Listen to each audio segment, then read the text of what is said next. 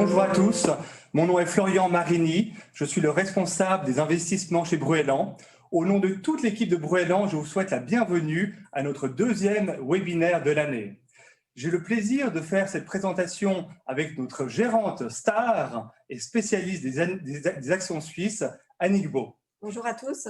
Nous sommes réunis aujourd'hui pour célébrer l'anniversaire des 1 année de notre fonds sur les entreprises familiales suisses.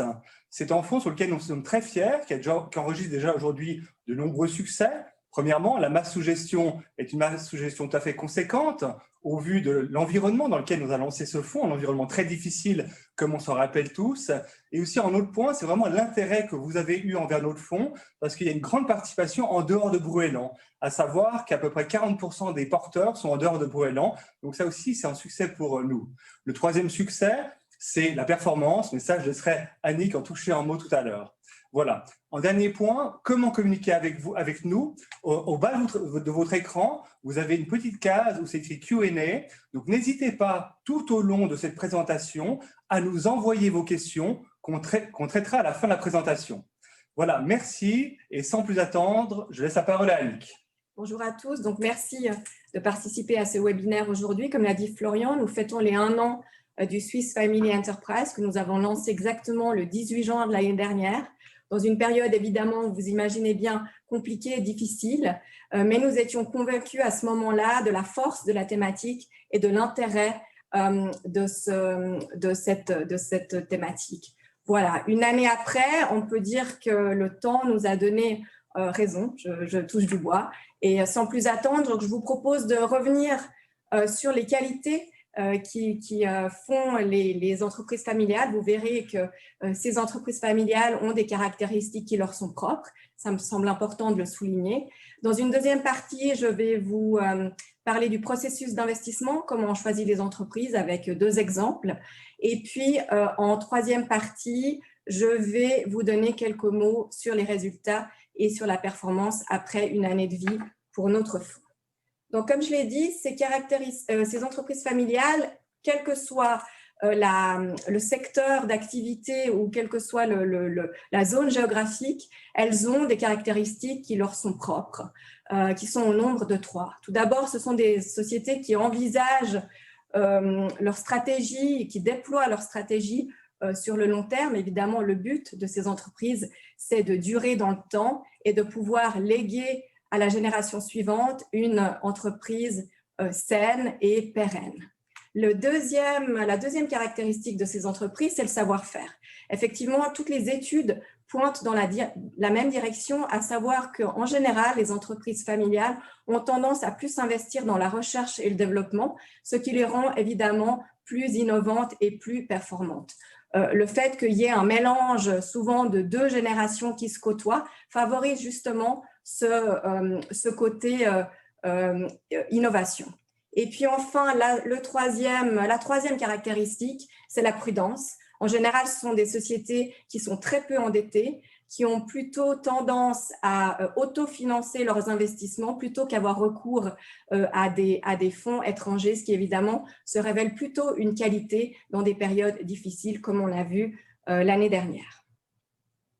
Voilà, donc ces qualités tout à fait singulières de ces entreprises familiales leur permettent ou se transforment, disons plutôt, en avantages financiers et leur permettent tout d'abord de générer une plus forte croissance de leur chiffre d'affaires, une rentabilité plus élevée, donc des marges opérationnelles qui ont tendance à être plus élevées que pour les autres sociétés, et une génération de free cash flow plus importante. Donc, si on regarde en chiffres, qu'est-ce que cela donne sur le marché suisse?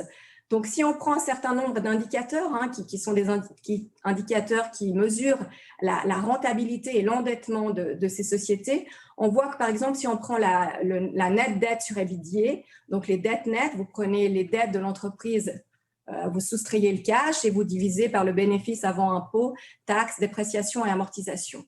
On voit qu'en moyenne, sur le marché suisse, donc sur le SPI, on a un taux d'endettement de 0,7 fois le bénéfice avant impôt, ce qui est déjà de base assez faible. Mais si vous prenez le même ratio sur l'univers des sociétés familiales suisses, on voit que le ratio d'endettement est négatif, ce qui témoigne même d'une position nette de liquidité, donc du cash qui est supérieur aux dettes accumulées. Pareil, si vous prenez le rendement du free cash flow, donc qui est évidemment un indicateur extrêmement important pour nous, analystes, mais également pour un CFO et qui témoigne finalement de la santé d'une entreprise, donc c'est le free cash flow divisé par le chiffre d'affaires.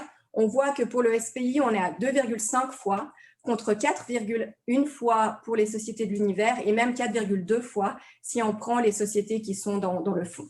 Même constat pour les marges opérationnelles, 6% contre 9,1 ou 10,8% pour les sociétés du fonds, donc des sociétés beaucoup plus rentables.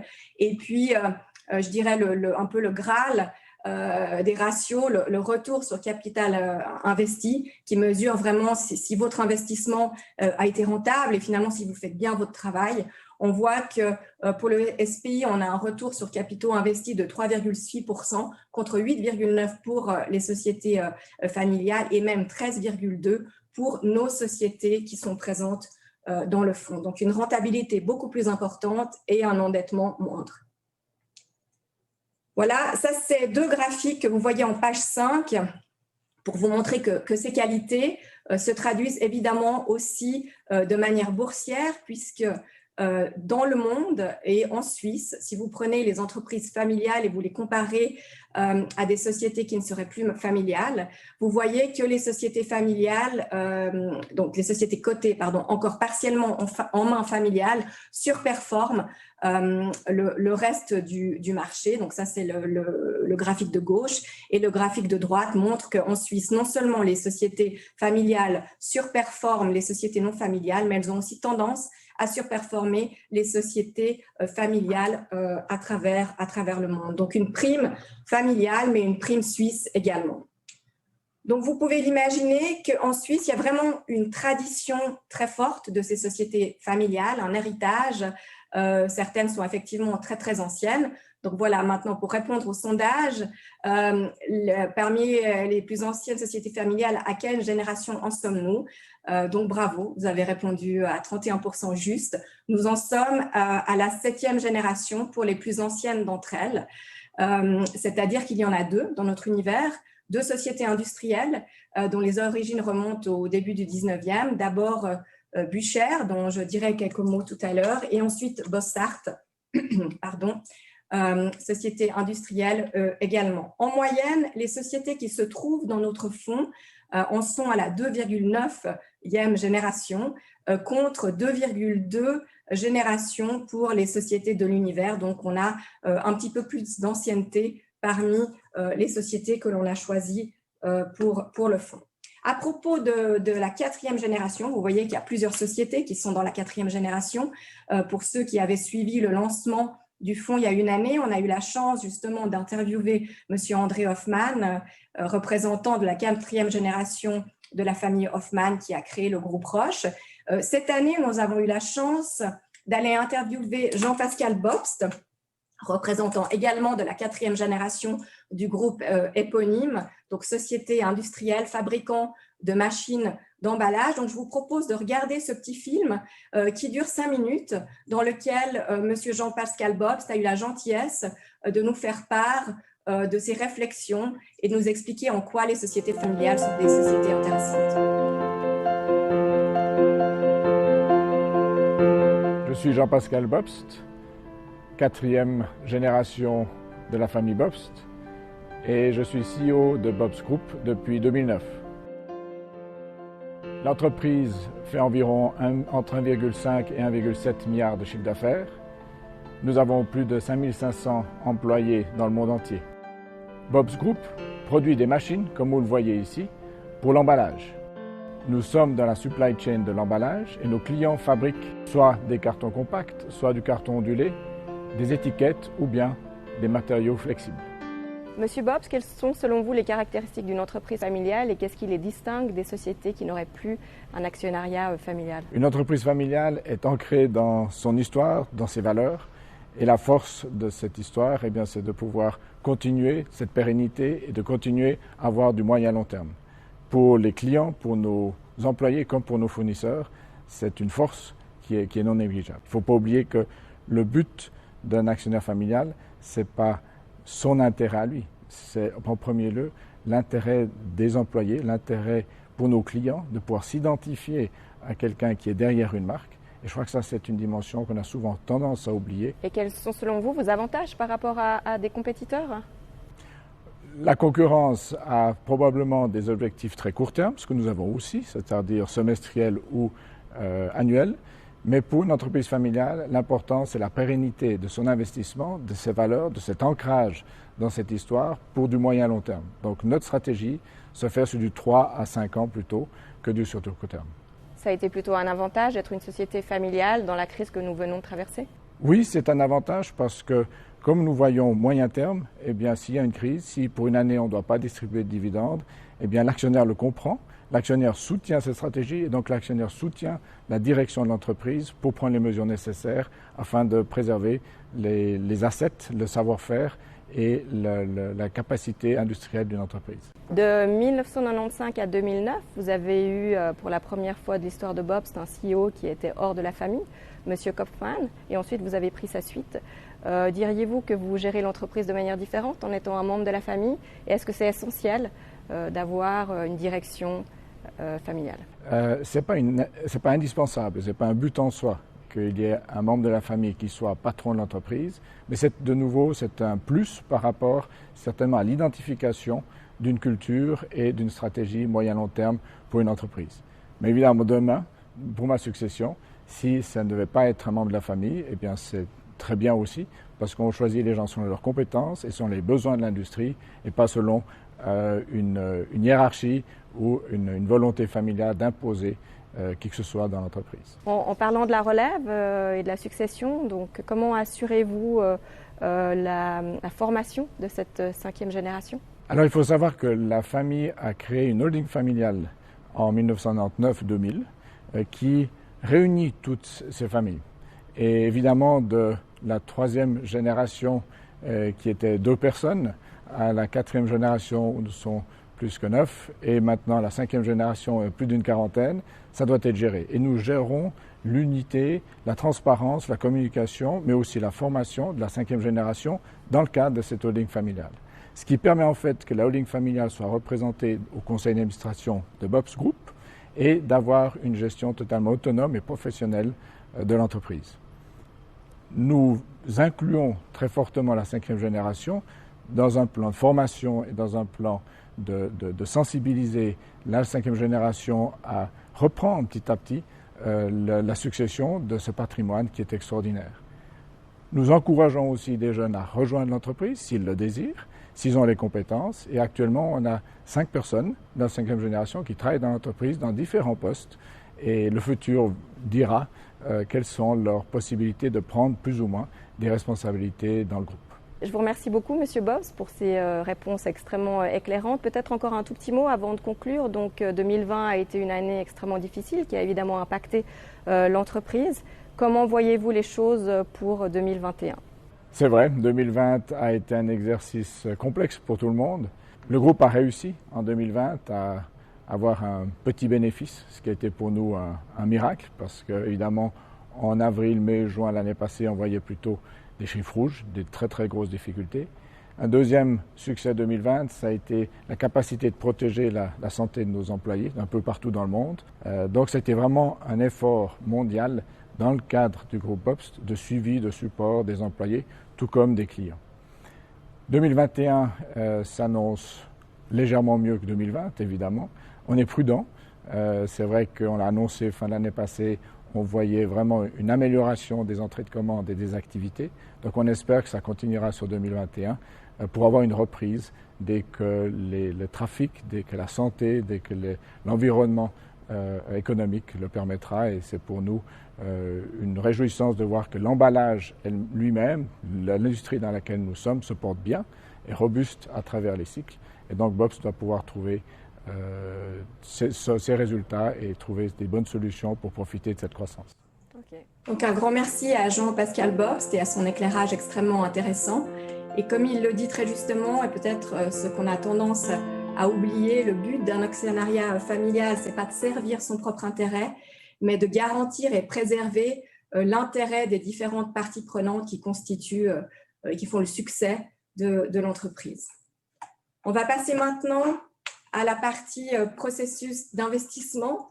Donc, d'abord, définition de notre univers d'investissement. Donc, vous aurez compris aisément qu'effectivement, on n'investit que dans des sociétés qui sont partiellement détenues encore par les familles fondatrices, par les descendants, par une famille ou par un entrepreneur qui aurait racheté l'entreprise avec vraiment toujours cette vision long terme. Donc, ce qui nous donne un univers investissable d'environ 55 sociétés. On a pris le parti de choisir des sociétés qui sont encore détenues à hauteur de minimum 20%, soit au niveau du capital, soit au niveau des droits de vote par justement, comme je l'ai dit, famille ou descendants. Donc voilà, un univers constitué essentiellement de small et mid cap, mais pas seulement. C'est peut-être aussi une particularité justement de ce capitalisme familial suisse, c'est qu'il y a encore beaucoup de sociétés de petite et moyenne capitalisation qui sont encore en main familiale et qu'on trouve surtout dans les secteurs industriels et de la santé et plus particulièrement des technologies médicales. Le but est évidemment pas d'investir dans tout l'univers. Les sociétés familiales peuvent être confrontées à un certain nombre d'écueils, bien entendu. Donc, il nous semble essentiel et fondamental d'avoir une approche sélective et d'analyser en profondeur les différents membres de cet univers pour arriver à trouver les meilleurs et celles qui ont le plus d'opportunités sur le moyen long terme. Donc, pour ce faire, on travaille à l'aide d'un questionnaire qu'on a mis en place qui va analyser les sociétés au travers de 10 filtres.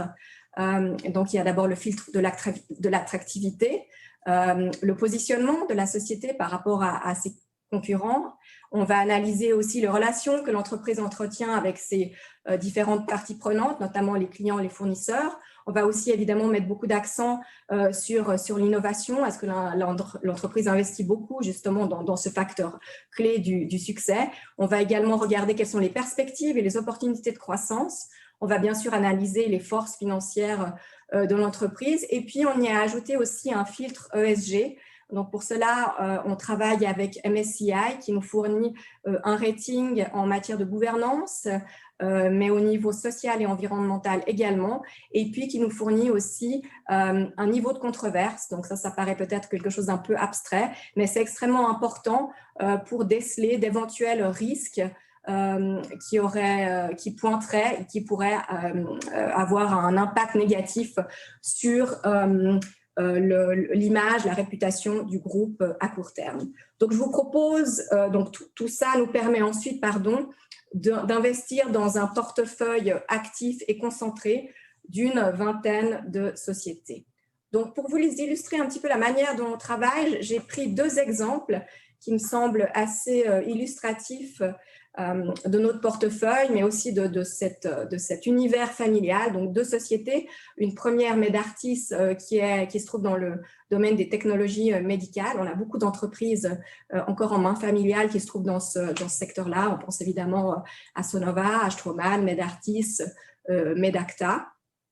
Et puis, une deuxième entreprise, Bucher, comme on l'a vu, qui est une des plus anciennes, ou même la société industrielle la plus ancienne de Suisse, cotée, qu'on verra par la suite. Donc, commençons par Medartis. Donc, Medartis a été fondé par Thomas Straumann en 1997. Donc, c'est probablement un nom qui vous dit quelque chose. Donc, Thomas Straumann est descendant de la famille qui a créé le fabricant d'implants dentaires Straumann, star de la bourse suisse.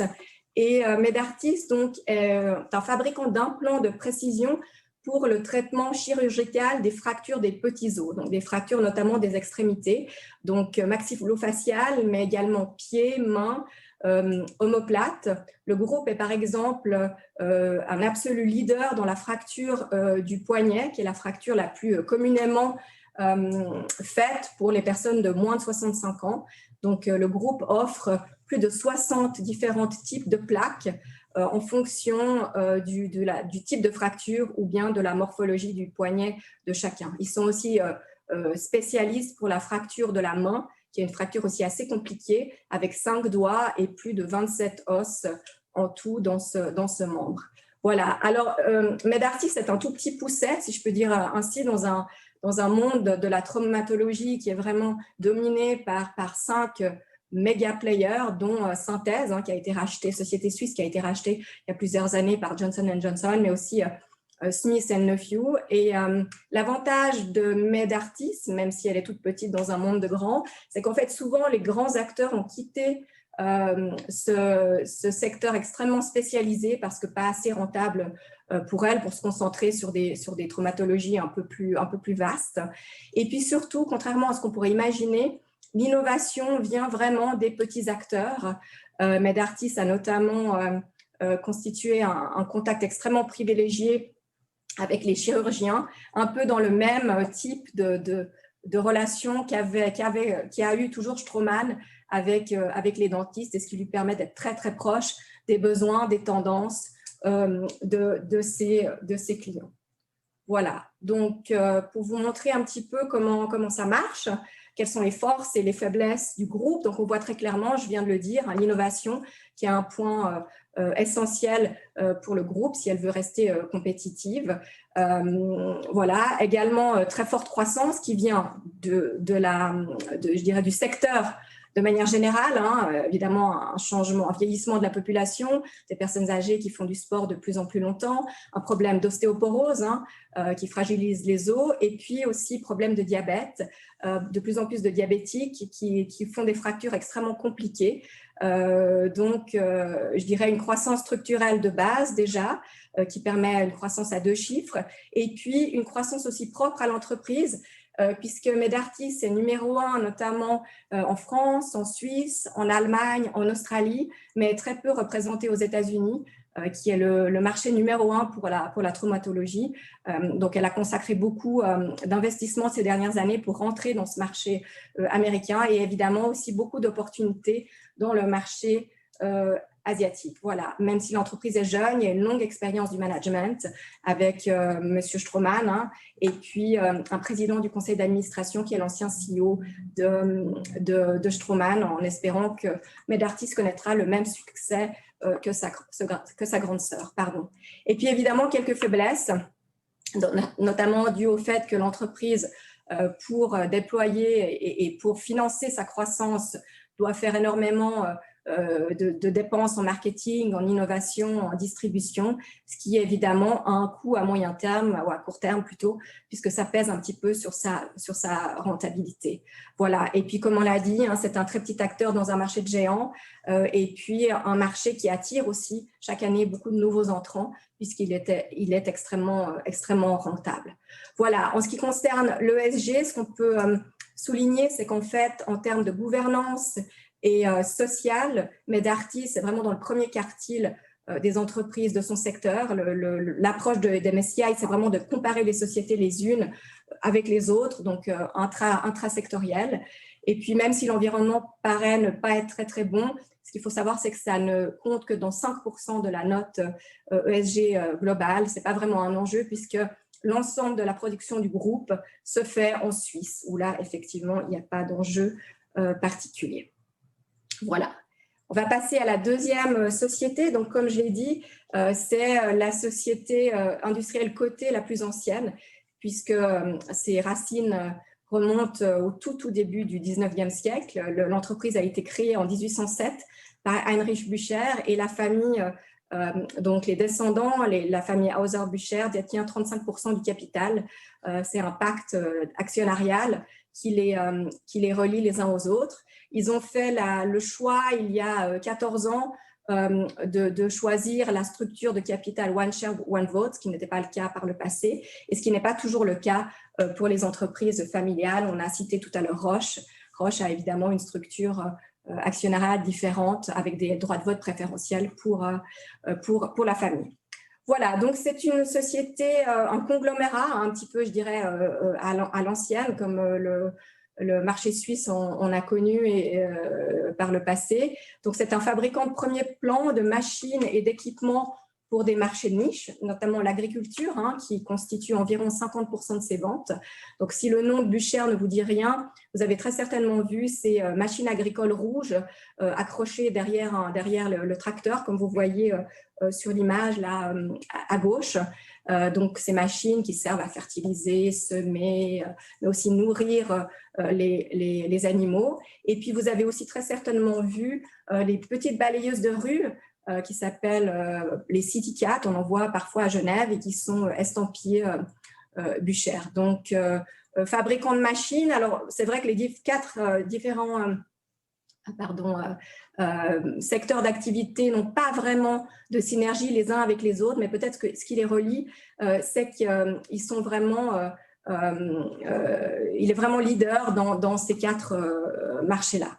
Voilà. Le groupe est aussi porté par des tendances de fond, donc la tendance à la mécanisation, à la numérisation dans le secteur agricole. Évidemment, on recherche une profitabilité de plus en plus importante des terres agricoles et souvent, ça passe évidemment par le renouvellement des équipements agricoles plutôt que par le renouvellement du tracteur.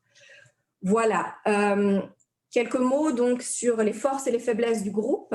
Donc on voit, on l'a dit, des secteurs d'activité extrêmement attractifs où le groupe occupe une position de leader. On peut aussi souligner les relations de très long terme que l'entreprise a toujours entretenues avec ses différentes parties prenantes, notamment les clients et les fournisseurs. Une très grande stabilité au niveau du management. Donc la famille a été présente au niveau exécutif jusqu'à il y a 20 ans. Il y a 20 ans, elle a fait le choix d'une direction autre, mais la famille est toujours présente dans le conseil d'administration et extrêmement impliquée. Voilà, quelques faiblesses aussi.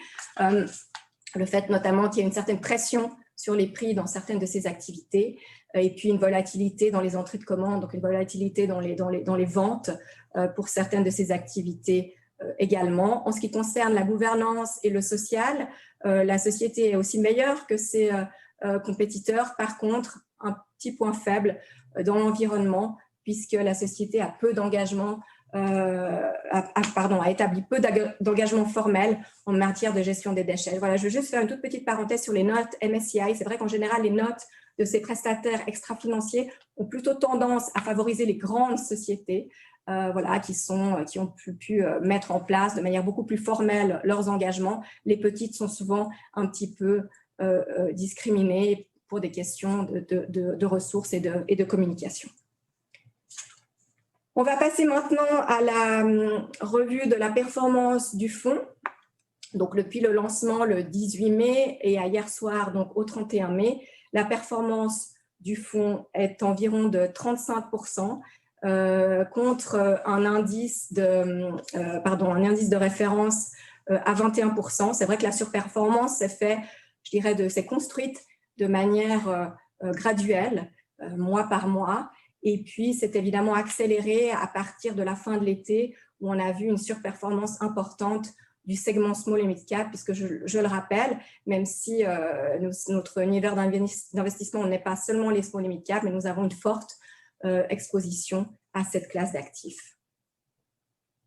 Sur l'année, la performance est également bonne puisque nous avons une performance au-dessus de celle de l'indice avec 16,7% à hier soir contre 10,1% pour l'indice du SPI. On a également une performance environ de 2% supérieure à l'indice des small et mid cap.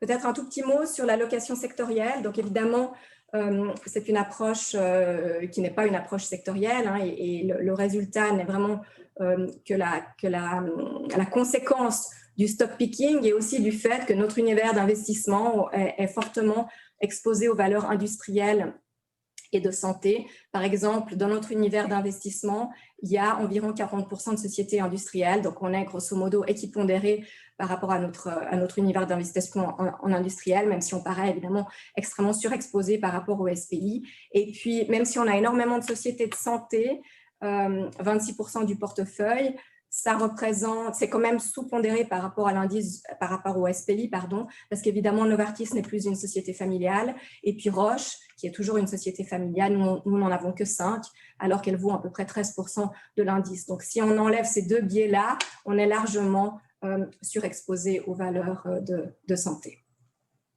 Voilà, vous découvrez ici les 10 premières positions.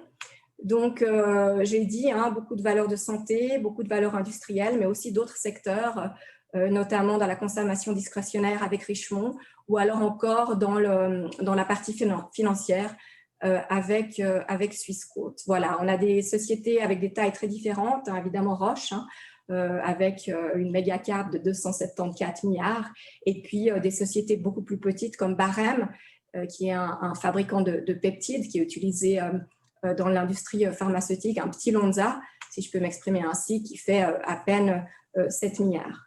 Peut-être petite information, si on prend la market cap moyenne, donc pondérée par les poids de notre fonds, on arrive à une market cap moyenne de 25 milliards contre 137 milliards pour le SPI. Donc, j'ai dit vraiment un biais assez fort sur les small et mid cap. Voilà, avant de passer à la partie questions, je vais maintenant passer la parole à Florian, notre CIO, qui va vous donner un éclairage sur le marché suisse, parce que c'est vrai que depuis un an, on a connu un marché assez exceptionnel. Donc, il essaiera de nous dire s'il y a encore du potentiel sur cette classe d'actifs. Merci Annick. Donc, dans quel contexte conjoncturel est envisagé cet investissement ? Alors, comme vous le savez tous, on a eu cette crise majeure de l'offre l'année dernière qui maintenant est en train d'être derrière nous. Maintenant, l'économie repart, les consommateurs ont beaucoup d'argent et enfin, ces économies sont en train de boomer. Sur ce graphique, vous voyez en fait les principaux partenaires commerciaux de la Suisse. Donc, c'est classé par ordre décroissant et on voit le premier, notamment l'Allemagne, les États-Unis, la Chine, etc. Nous avons connu donc en avril l'année dernière, avril-mai, cette crise sans précédent. Donc, l'ensemble des économies dans le monde était en zone de récession. Donc, quand on est rouge sur ce tableau, c'est bien sûr la récession. Et depuis, on a une nette amélioration avec toutes les économies mondiales qui sont en période d'expansion. Une expansion qui est aujourd'hui très forte parce que de nombreux pays, d'ailleurs, leur croissance ont atteint des plus hauts sur 10 ans peut-être ou sur une vingtaine d'années. La Suisse, dans ce contexte-là, là encore, on reprend ces indicateurs avancés de l'économie. Ici, nous en avons mis deux. L'indice des directeurs d'achat, bien sûr, qui en est un, et deuxième, le COF Leading Indicator, indicateur typique suisse. On a un horizon temps qui est extrêmement long terme, vous le voyez bien, on a commencé en 1990, et on a atteint des plus hauts sur à peu près une vingtaine d'années. Donc, c'est tout à fait encourageant. Que nous dit d'ailleurs le COF, ils nous disent que la reprise est très forte, d'une part, elle est drivée par une demande qui, elle aussi, est très, très forte, tout le côté industrie qui est aussi en train de boomer. Par contre, il y a aussi des secteurs qui sont plutôt en difficulté, qui sont toujours le secteur, bien sûr, du tourisme et de l'hôtellerie. Voilà. Comme vous l'a montré Annick, le fonds sur les small et mid cap a en biais, bien sûr, le fonds sur les entreprises familiales suisses a en biais sur les small et mid cap. Alors, que donne la performance des small et mid cap dans le contexte économique que l'on a aujourd'hui, dans le cycle économique? Alors, sur ce graphique, vous avez deux courbes. La première, c'est une courbe noire qui montre la performance relative des small et mid cap par rapport à l'indice suisse dans sa globalité. Donc, si ça monte, ça veut dire que les small et mid cap surperforment leur indice de référence. Et en bleu, on a essayé de traduire ce cycle conjoncturel avec cet indicateur des directeurs d'achat pour montrer justement l'évolution de ces cycles conjoncturels. Donc, tant qu'on a une période de cycle conjoncturel positif, donc tant qu'on n'est pas en récession, on a vraiment une surperformance de tout le segment small et mid cap. Donc, c'est une personnalité, ce n'est pas la seule, mais c'est une personnalité du fonds Family. Et cette personnalité, en tout cas, pour un investisseur de long terme, bien que les marchés ont aujourd'hui déjà quand même bien monté, c'est vraiment quelque chose qui est tout à fait à considérer pour les investisseurs de long terme. Voilà, une chose que l'on regarde et que l'on suit de près, c'est l'évolution des bénéfices. Comme vous le savez, l'évaluation des marchés actions de manière agrégée, sont chères. Donc, ce qui est important, c'est que les entreprises commencent à délivrer ou nous montrer une dynamique positive dans la révision des bénéfices. Sur ce graphique, il y a deux courbes. La première, c'est la noire, c'est le SPI, vous connaissez bien. Et la courbe de bleu, c'est l'évolution des attentes bénéficiaires. Alors, comme vous le voyez, il y a des gaps. En fait, c'est l'évolution en début d'année. Et après, au cours de l'année, c'est l'évolution justement de ces attentes dans le cours de l'année. Souvent, la dynamique, en fait, c'est que les analystes sont assez positifs en début d'année et finalement, en fait, en cours d'année, ils révisent à la baisse leurs attentes ou autrement ont des attentes qui sont plus ou moins neutres, flat, je dirais. Le contexte aujourd'hui est très, très différent et vraiment intéressant. C'est qu'on a commencé avec des croissances bénéficiaires assez fortes, de l'ordre de 17% pour la Suisse. Et tout au long des derniers mois, en fait, nous avons vu ces attentes être révisées à la hausse. Donc ça, c'est un contexte qui est vraiment intéressant. Ici, nous vous montrons la dynamique sur le marché suisse, mais c'est une dynamique qui est vraiment partagée par l'ensemble des régions dans le monde. D'ailleurs, si on prend l'agrégé des sociétés mondiales, nous avons commencé avec des attentes bénéficiaires pour l'année en cours de l'ordre de 20%. Aujourd'hui, nous sommes à 39%. Voilà. L'évaluation, comme j'ai dit sur le slide précédent, les évaluations sont généreuses. Aujourd'hui, il y a un phénomène qui est assez intéressant et qu'on va continuer de suivre avec beaucoup d'intérêt, c'est que l'évaluation des bénéfices, la croissance bénéficiaire est supérieure à la croissance du prix. Ce qui veut dire que les évaluations ont tendance à se tasser. C'est bien parce que, comme j'ai dit auparavant, les marchés actions sont chers dans leur globalité. C'est quelque chose qu'on continue à escompter pour les prochaines saisons des résultats. C'est toujours des saisons des résultats qui sont vraiment fortes avec des entreprises qui battent les attentes. D'ailleurs, de nombreuses sociétés suisses aujourd'hui ne comparent pas leurs bénéfices par rapport au trimestre de crise du Covid, mais leur comparent avec le trimestre qui était juste avant la crise pour montrer qu'ils sont même en train d'avoir une croissance des bénéfices qui est au-delà de la crise précédente. Voilà. Donc, ça conclut ma partie sur cette parenthèse macroéconomique. Encore une fois, nous pensons que c'est un contexte tout à fait favorable sur ce type de véhicule d'investissement pour les investisseurs de long terme. Voilà. Merci. Nous allons passer maintenant à la partie du Q&A. Donc, sur ce slide, il y a un petit résumé des atouts en fait, de ce fonds sur les entreprises familiales suisses. Et je vais commencer à citer quelques questions. Alors, nous avons eu plusieurs questions, deux questions d'ailleurs sur la gouvernance. Alors, deux questions sur la gouvernance. Je vais les mettre ensemble. La première, c'est que les entreprises familiales ont souvent la réputation d'avoir une gouvernance plutôt faible comparative aux autres types de sociétés, droit de vote préférentiel, structure du conseil d'administration, etc. Qu'en pensez-vous? Et je remets juste la deuxième question avec, parce qu'elle est vraiment aussi en relation, donc c'est la même idée, mais on parle aussi de ce problème de agency risk, le fait pour les actionnaires minoritaires de ne pas pouvoir dire leurs mots sur la gouvernance, les rémunérations, etc. Comment intégrons-nous ça dans le processus de gestion?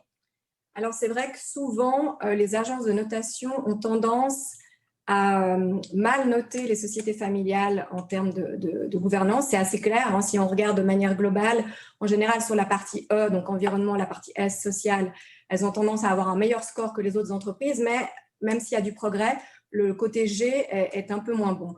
Alors, ça vient du fait que souvent, ces agences de notation, en fait, font de l'indépendance du conseil d'administration un petit peu la pierre angulaire de la bonne gouvernance. Alors, même si dans l'absolu, probablement qu'il y a une partie qui est exacte, je pense qu'il faut peut-être un tout petit peu nuancer ça dans le sens où finalement, le but d'une entreprise et le but du conseil d'administration, c'est de surveiller et surtout de s'assurer de la stabilité, de la pérennité et surtout de la force financière d'une entreprise. Et comme on l'a vu sur plusieurs slides, on constate qu'au final, ces entreprises familiales ont des meilleurs scores, ont des meilleurs bilans, ont une rentabilité sur les capitaux investis beaucoup plus important. Donc finalement, je dirais que peut-être ça décrédibilise un tout petit peu cette manière de noter, et je pense qu'il faudrait avoir une approche un tout petit peu plus globale et peut-être moins s'intéresser uniquement à l'indépendance du conseil d'administration. De plus, souvent, les familles, elles sont représentées dans ces conseils d'administration, ce qui assure la stabilité de l'entreprise. Et qui dit stabilité, dit effectivement pérennité et intérêt également pour les actionnaires minoritaires.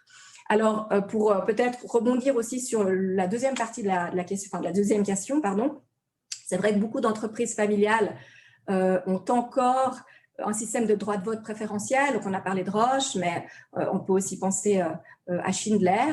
Mais beaucoup d'autres d'entre elles ont fait le choix, notamment Bucher, on l'a dit, de changer ça et d'avoir un système paritaire avec un système de one vote, one share, qui est peut-être effectivement plus, comment dirais-je, plus équitable pour les actionnaires minoritaires.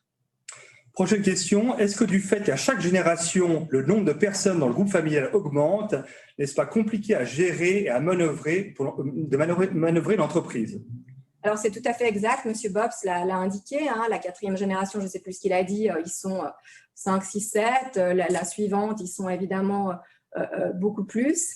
Donc, c'est pour ça que certaines d'entre elles ont choisi la voie soit du pacte d'actionnariat, qui fait que si quelqu'un veut vendre ses parts, il doit d'abord s'adresser à la famille pour les vendre, pour éviter évidemment un risque comme on l'avait connu avec Sika, où la famille a essayé de vendre à l'extérieur du groupe en essayant en plus de vendre les droits de vote préférentiels, ce qui n'a pas été possible.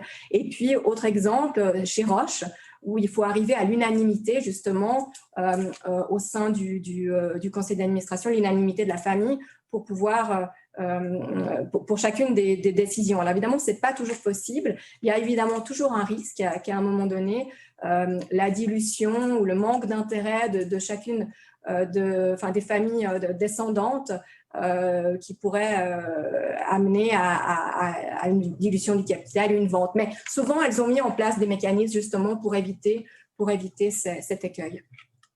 Une question sur la liquidité. En effet, les familles détiennent une partie du capital. Qu'en est-il de la liquidité des actions que vous avez en portefeuille et quelle est la capacité du fonds? Alors, effectivement, c'est un petit peu, je dirais, le point faible de certaines de ces small limit caps, c'est le manque de liquidité. Donc, évidemment, c'est quelque chose qu'on monitore. On a fait des tests de liquidité pour le fonds dans des conditions de marché normales, dans des conditions de marché extrêmes.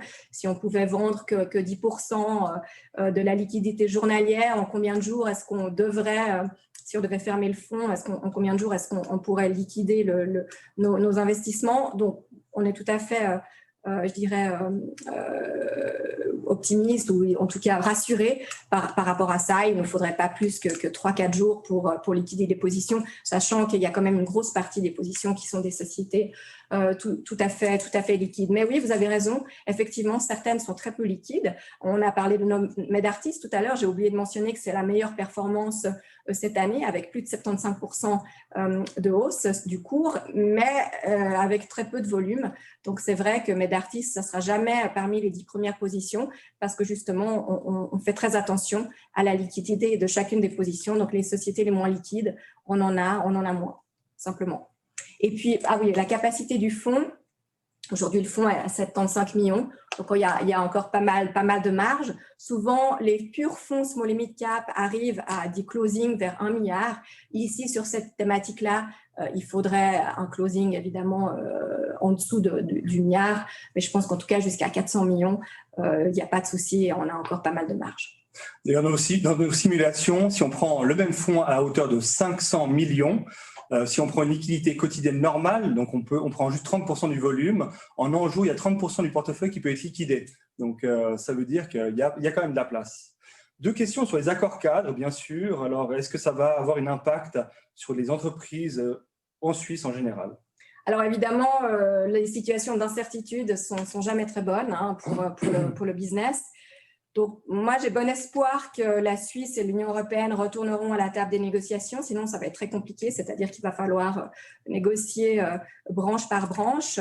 On a parlé des technologies médicales là, pas mal pendant cette présentation. Donc, je ne sais pas si vous savez, mais la semaine dernière, l'accord qui liait la Suisse à l'Union européenne en ce qui concerne les medtech est tombé, puisqu'ils n'ont pas réussi à s'accorder sur le reste. C'est-à-dire qu'aujourd'hui, en fait, une medtech suisse, pour pouvoir vendre à l'étranger, doit avoir une filiale dans l'Union européenne. Donc, c'est vrai que quand l'annonce est tombée, moi, je m'attendais à ce que ça fasse un tout petit peu qu'il y ait quelques prises de bénéfices sur certaines de ces sociétés medtech. Ça n'a eu absolument aucun impact. Je crois qu'en fait, c'est vraiment très problématique pour les toutes petites entreprises et pour les startups. Après, les sociétés que nous, on détient en portefeuille, ce sont des sociétés qui, bien évidemment, ont des filiales à l'étranger. Donc, il n'y aura pas de problème pour elles pour écouler leurs produits. Mais bien sûr, le vide et l'incertitude sont jamais très bonnes. Et on sait bien sûr que la Suisse, l'Union européenne est le principal marché d'exportation de la Suisse, notamment pour tout ce qui est machines-outils. Donc, il va falloir surveiller de très près ce qui se passe dans les prochaines semaines. Une question sur le capital action, justement 20%, donc on a mis ce seuil à 20% minimum pour les entreprises, pour les familles de détention de capital action. Est-ce que c'est pas un peu bas pour être significatif? Alors non, c'est vrai que les différentes études qui ont été menées sur le sujet tendent à montrer que finalement une détention de 20% est largement suffisant pour exercer un rôle significatif. Je ne sais plus, il y a une étude, je ne sais plus si c'est de Ernst & Young qui dit que même en fait 13% suffirait pour pouvoir exercer cette influence. Ça vient du fait qu'en Suisse, en fait, l'actionnariat est très éclaté et que les gens sont assez peu représentés dans les assemblées générales. Donc, au final, si vous n'avez que la moitié des actionnaires qui votent, eh bien, une 20%, matériellement, ça fait au final 40%. Donc, c'est suffisant. Alors, étant donné que l'univers d'investissement est somme toute assez limité, est-ce que ça veut aussi sous-entendre que le nombre de transactions du fonds est également aussi assez faible? Alors ça c'est vrai, c'est pas un secret. On a vraiment cette vision long terme. Je crois que elle est évidemment présente dans ce fonds parce que la thématique le veut, mais je crois que c'est aussi une manière de travailler. Moi, j'ai toujours travaillé comme ça et je pense que l'ADN de Bruyellan, c'est aussi d'avoir c'est des fonds de conviction avec vraiment une vision long terme. C'est pas parce que tout d'un coup une entreprise a un trimestre un petit peu plus compliqué qu'on va la vendre. On veut vraiment, on veut s'attacher à des critères plus conséquents. Ici, effectivement, on a un turnover qui est assez faible. Depuis une année, on a vendu 3 entreprises et racheté 3, sachant que dans les 3, il y en a une qu'on a vendue et qu'on a rachetée. C'est vrai que c'est un turnover relativement faible, mais qui est aussi volontaire. Il y a une question sur les frais, justement. Les frais, aujourd'hui, il y a 2 share classes. Une share class institutionnelle à hauteur de 0,8% et une share class retail à hauteur de 1,2%. On pose la question dans minimum d'entrée. Il n'y a pas de minimum d'entrée. La part est dans les 100 et quelques francs. Donc voilà. Pourquoi est-ce que la présence familiale est une source d'innovation? Alors, c'est vrai que ça peut paraître un petit peu contre-intuitif. On a l'image un petit peu de la société familiale, poussiéreuse, traditionnaliste, pas très aventureuse. Je pense que c'est une image relativement fausse. Alors, d'abord, effectivement, les nombreuses études qui ont été faites sur le sujet tendent à montrer que ces sociétés sont plus innovantes.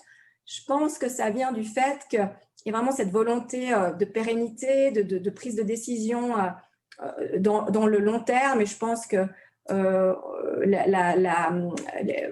tout le processus d'innovation doit aussi se réaliser dans le long terme s'il veut être successful. Et puis, comme je l'ai mentionné aussi, le fait qu'il y ait souvent un mélange de 2, voire même de 3 générations parfois, est plutôt porteur d'innovation. Cet échange entre des visions différentes a plutôt tendance à favoriser et faire émerger l'innovation.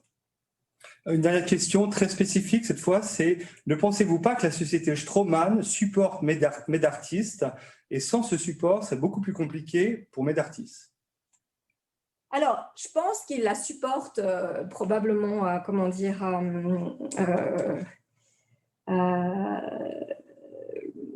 financièrement. Bon, évidemment, M. Stroman a une part importante du groupe, mais je pense que Medartis apprend beaucoup de Stroman parce que Stroman est une société qui a eu un parcours presque parfait, qui était d'abord présent dans les pièces d'horlogerie, puis ensuite de l'ostéosynthèse, tout comme Medartis avant de se spécialiser dans les implants dentaires, et puis aujourd'hui d'être présent dans d'autres domaines d'activité avec beaucoup de croissance. Donc je pense que c'est plutôt quelque part un phare pour Medartis, cette relation aussi extrêmement privilégiée avec les clients, un chirurgien d'un côté, dentiste de l'autre.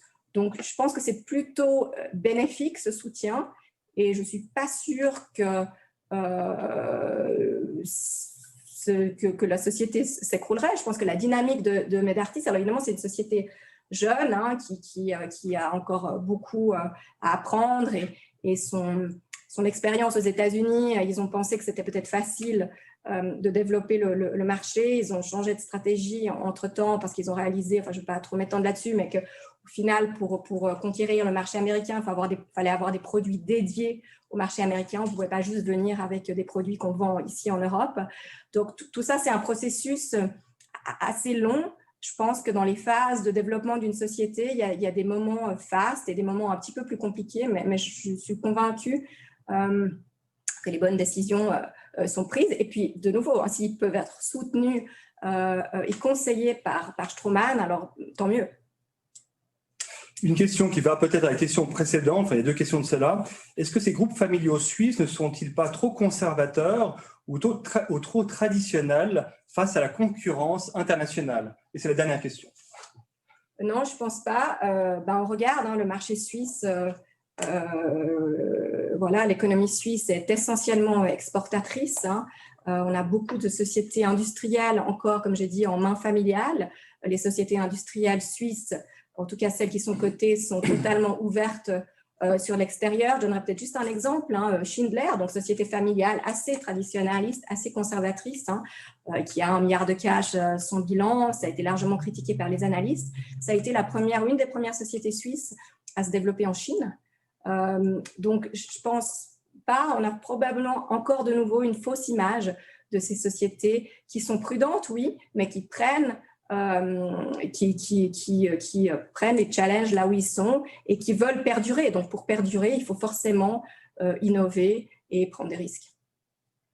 Merci Annick, il n'y a plus d'autres questions. Donc, merci à tous, ce webinaire s'achève.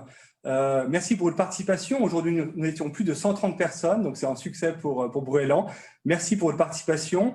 Demain, vous allez recevoir un email de notre boîte qui vous donnera accès à notre site internet où vous pourrez trouver le PDF de la présentation, ce webinaire retransmis, la vidéo aussi de Bob si vous voulez la revoir et différentes autres informations. Donc, n'hésitez pas à aller sur notre site internet. La force de Bruellan, c'est aussi la proximité. Donc, n'hésitez pas à nous revenir, à contacter Annick ou moi-même sur des questions sur ce fonds ou d'autres fonds de placement. Je vous remercie pour votre participation. Au nom de toute l'équipe de Bruellan, je vous souhaite une bonne journée et un très bel été. À bientôt, merci. Merci à tous, au revoir.